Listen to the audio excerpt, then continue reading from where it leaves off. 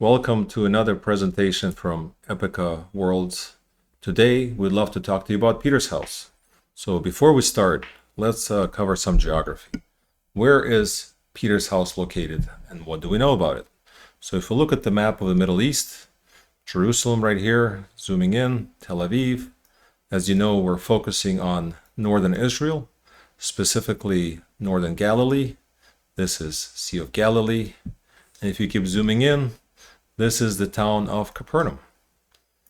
The first century synagogue was here, expanded to 4th century. And there's this curious octagonal building. And if we actually zoom in and jump in and look at the building, you will see that these are the remains of Peter's house with the Catholic Church built on top. So today we're going to explore how did this site end up as it is and how did it look over the centuries. So to do that, we have a quick presentation. Nelson, could you talk a little bit about Peter's house over the centuries? Yeah, it's quite interesting. Peter's house is one of the few locations in Israel that you can say with a high degree of certitude that that was the location where Peter's house and the headquarters of Jesus' ministry was located at. And I wanted to start with this aerial view of the city of Capernaum. And you see that the city is surrounded, or the village actually is surrounded with ruins, all basalt stone ruins. This means they are first century ruins of very simple houses all over the city. About 1,200 people used to live there. And in limestone, you see the 4th century synagogue. And towards the harbor, towards the sea, you see this octagonal building that is built on top of what Peter's house was. And to understand that, we're going to go to an image that is much, much older of Capernaum when the excavations were starting. And as they started to discover all of these houses that were very simple houses from the 1st century, basalt stone houses, one-floor houses, they also discovered this very unique area with many octagonal buildings, square buildings, and a very, very complex structure that immediately caught the attention and said, well, something very special had to be here. And if you look up close, you see that it's really a complex area with many layers from many different times, clearly pointing at something that was very, very special. And if you do an analysis, if the archaeologists do an analysis, you will see that there is a very early 1st century house in that location, a later 1st century house, 4th century, 5th century, and here we start with the simple 1st century house, the one that existed around the time of Jesus. And what you're going to see here is that this area, or this house, the simple house, had a lot of courtyards. In those courtyards, there was a southern courtyard which was open, usually probably used for commerce, for fish and everything. This was a fisherman's village. There was this courtyard here that was more for the family, for cooking. And there was an eastern courtyard, and that eastern courtyard is known to be, and you see it's an open roof courtyard, was known to be really the first Christian church that ever existed. It was a house church where the Peter and the disciples would meet with Jesus, and it was a place of gathering. It was the very first place of gathering. And the reason why we know that is because it's on top of this little square, open square courtyard that everything else was built.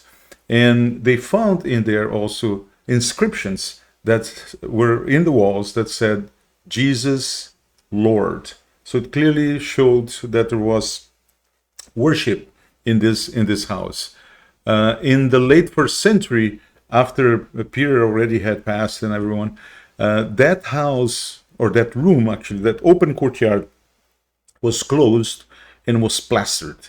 And then later on in the 4th century, the whole area was surrounded by walls, and this became the venerated room where they not only had it plastered, but now they created arches and they They painted some frescoes in there and so on. So this all pointed at a very special place.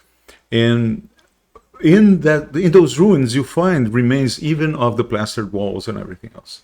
And it was not only until the 5th century that the Catholic Church decided to create a whole church literally on top of those archaeological remains. So the archaeological remains are underneath this church. So this is where the octagonal structure we're kind of seeing today. Exactly. Then really wasn't anything octagonal in the 1st century. No, yes, exactly.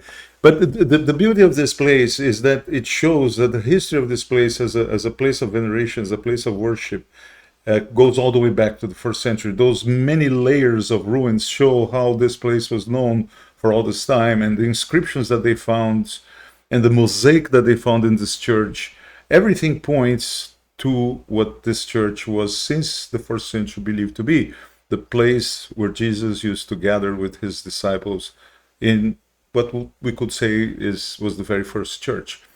The Catholics later, they demolished this church and they created this octagonal church that, thank God, was built in a way that preserves underneath the remains of the old octagonal layers from the 5th century. Exactly. Yeah, and you can kind of see sometimes even the 1st century remains underneath. Yes. This layer here is probably 3rd, 4th century. The 1st century is even beneath that, and you can identify all of the layers. That was one of the things that it's really good about this site, is that you can see the different layers that belong to different types, the type of frescoes, mosaic floors, inscriptions. The progression of this site is very well documented by the archaeological remains. It's just very hard to see unless you show a presentation like I did, where you kind of expand and build on each one of the levels of the layers.